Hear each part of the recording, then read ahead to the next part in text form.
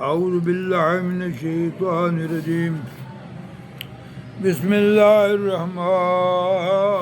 الرحيم ألا إن أولياء الله لا خوف عليهم ولا هم يحزنون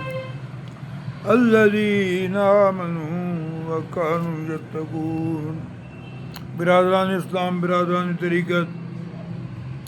کروڑوں اربوں خربوں درود و سلام آقا حبیب نبی کریم رؤوف رحیم تاجدار مدینہ صلی اللہ ذات بابرکات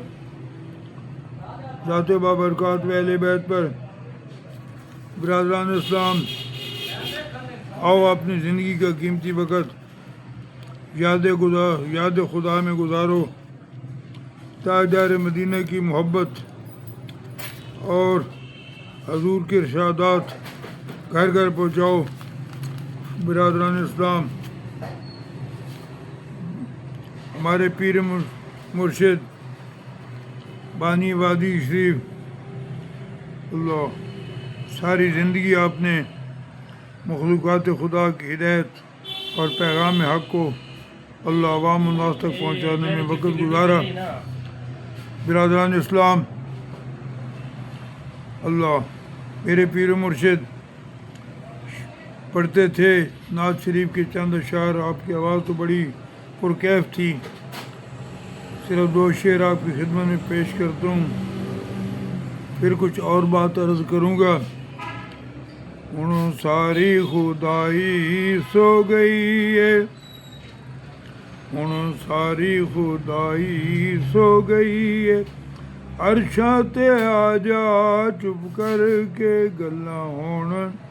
راز و نیاز دیاں، گلاں ہون راز و نیاز دیاں، کچھ سن جا سنا جا چپ کر کے،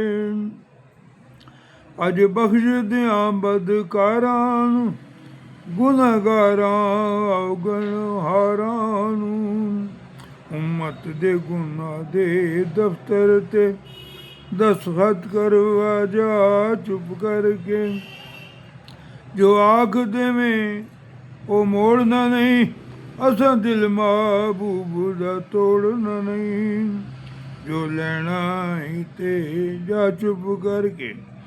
جو چاہیں ہوئے منا جا چپ کر کے۔ اللہ اب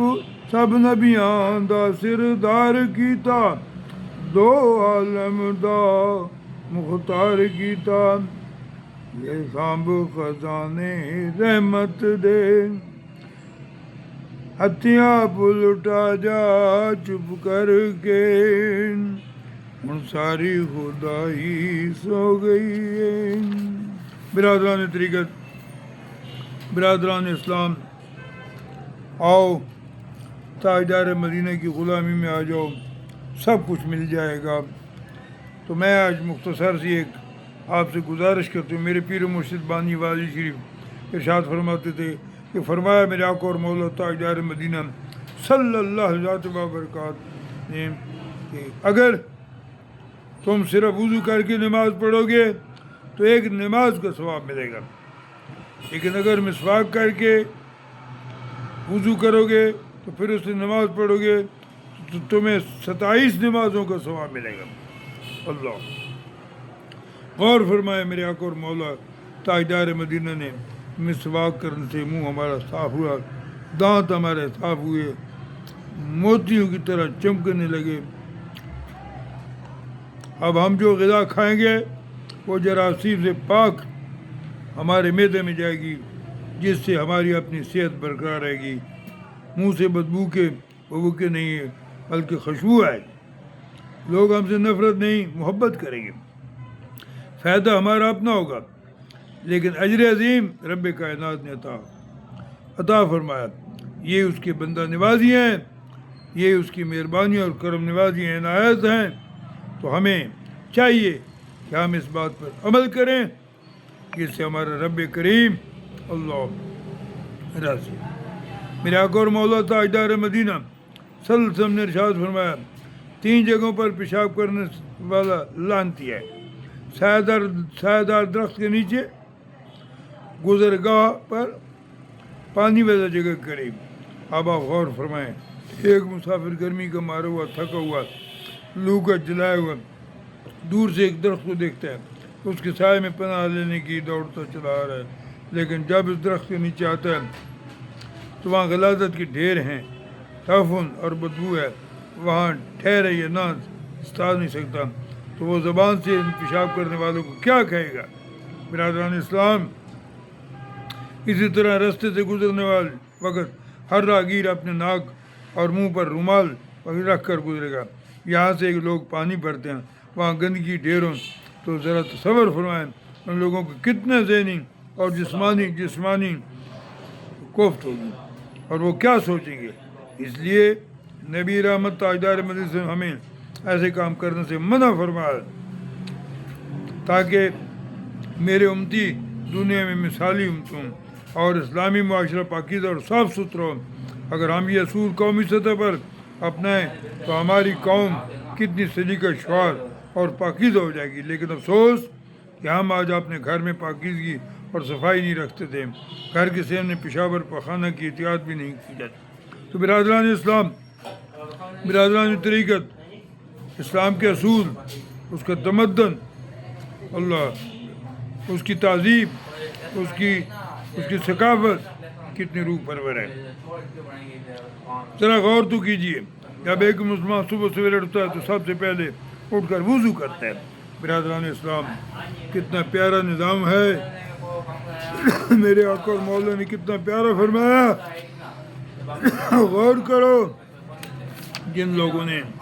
تاجدار مدینہ کے ارشادات پر عمل کیا وہ ترقی پا گئے۔ منہ دھوتا ہے صبح سے اٹھ کر، دانت صاف کرتا ہے، چہرے کو میل، آنکھوں سے میل دھل جاتی ہے، وہ مسح کرتا ہے تو اس گردن سے